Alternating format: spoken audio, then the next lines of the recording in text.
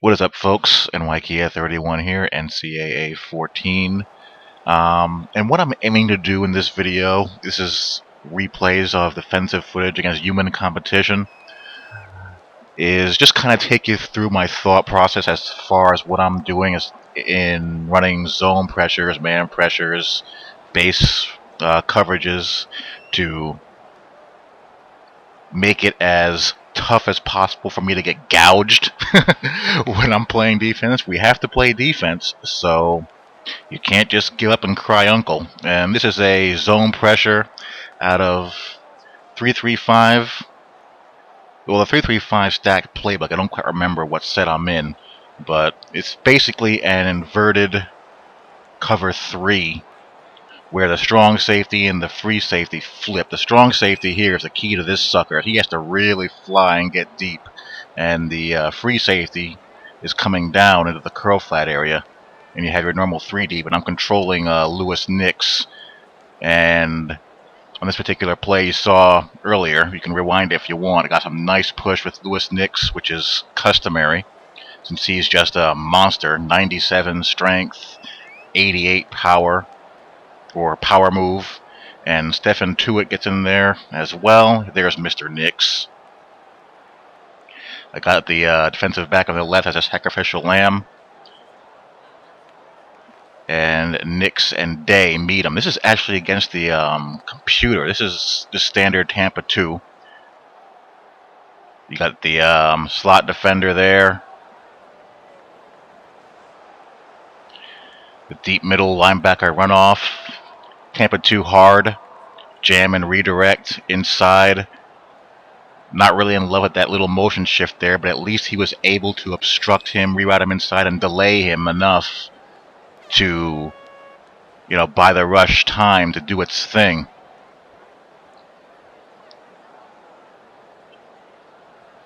Little bit of a shift there after the jam and reroute. Here we have jam, reroute, and it's clean. And you see the middle linebacker doing the hot routed blue zone that I customarily do. There's me. I get stonewalled. He's not Lewis Nix, but you get the good edge rush here with G-Tech's best edge rushing linebacker in the 335 Sam running the hoop. Gets free, and that needs to be a fumble. Heisman CPU cheating me out of a sack fumble there. That gets ruled an incomplete pass. Army-Navy game. I'm controlling the middle linebacker here. And what I'm always looking out for is the slot and the tight end. And whichever one is threatening down that seam, I make a beeline to in passing situations. This is sting pinch man. Play action pass. He gets just walloped. But look at the nose tackle there. Spin off. After he gets his initial get off. If you can see him from there. From where you're at. There he is. Spins off. The edge rush on the right gets home. And with your user coverage, you just want to obstruct and make those reads as delayed as possible to buy your guys time to get in there or force a tight throw. Like here I am here. I recognize it's play action pass, and as soon as I see that slot back, I'm helping to bracket him. There's 3 guys around him, and it's only a 3-man route, and the outside coverage is good, so he really has nowhere to go in this play. So you want to make those reads fast and cover that middle. And here in cover 1, same idea. Cover 1 spy on Johnny Football. I'm controlling the deep safety. I'm looking for that seam on the wide side and also the tight end. The tight end runs an out, and he's actually open. He wins that matchup, big time.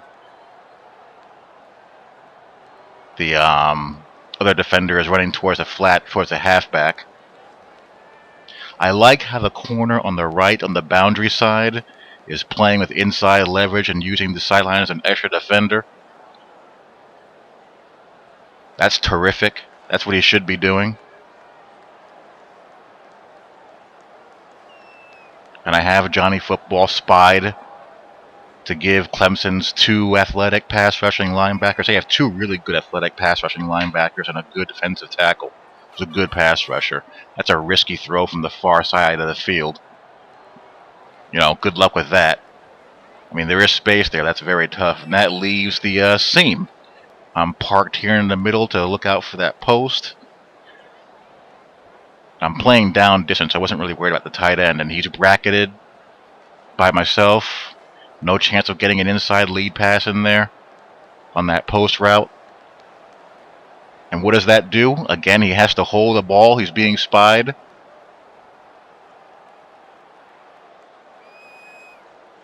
And things start to fall apart around him.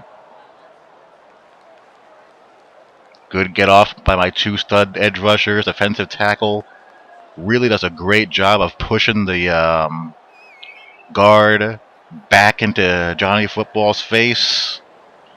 And Mr. Heisman is in a bind. There's nowhere to go.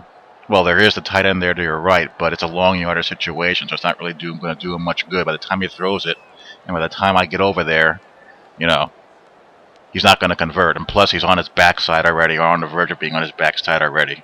So, no harm done there. And chances are that guy was going to be his 3rd or 4th read anyway. And there you see that good push there and wallop. Well done, boys. Tampa 2. Out of 3-3-5 nickel, 4-man rush. Defensive package is LB pass rush. You get Clemson's 2 good pass rushing outside linebackers in there. Always make sure you have your best pass rushers, whether it be linebackers or natural defensive linemen in there. The faster you can get the rush home, the better, obviously. And, of course, the better your user coverage is, the better you'll get at making people hold the ball. And when you bring, 5-man pressure or 6-man pressure if you have to, you have a fighting chance of getting a sack, forcing a turnover, or getting your D off the field. Here I am playing middle linebacker, and in cover 2, I will never ever bite on a shallow route. I have cover 2 sink or cover 2 hard called in, pass situations.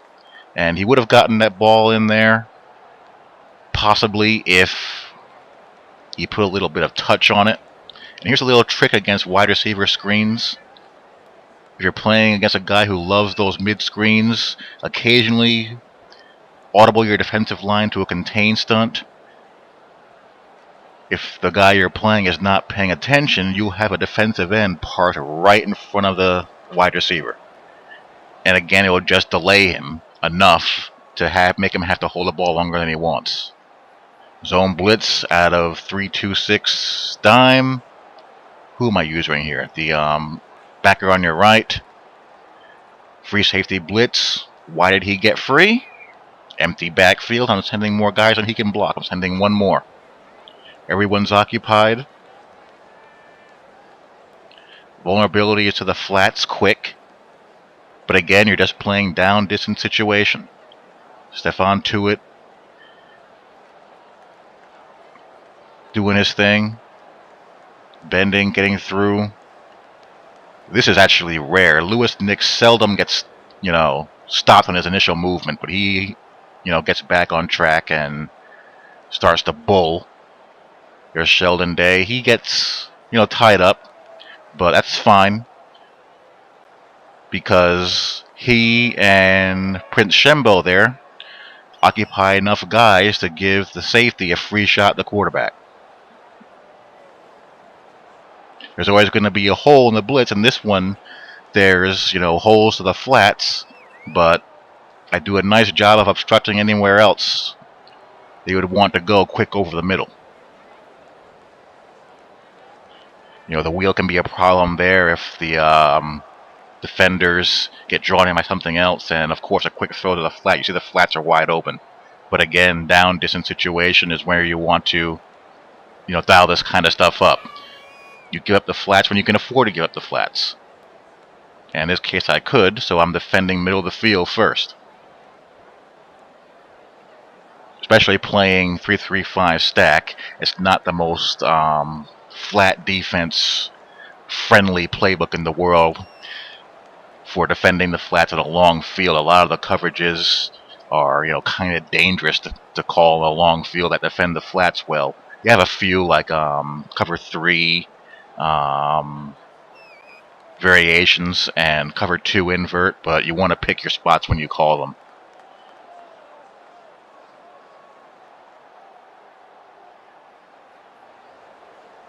And what's going on here? This is 3-3-5 across.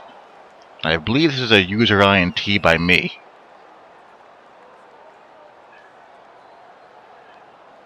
Another zone pressure. You see the defensive end on your left. Stephon Tuitt dropping back. And the pressure isn't extremely hot, but it doesn't always have to be. It has to be good enough to make someone a little bit nervous. And again, just disrupt what he wants to look at first and second and make him go through his reads. If he forces the ball quick, like here, it's going to be batted down. This is going to open late. There's a window there late, but if he rushes it, it's going to be batted down or picked. If he rushes that, it's going to be batted down or picked off. He can take his chances there. That's going to open up late, and I'm right there to jump on it when it does. And again, the flat is vulnerable there, so that's a little bit of a glimpse into my thought process as far as holding it down on defense and showing you some of the things that, can and do work. And hope you guys enjoy, and I'll talk to you all later. Peace.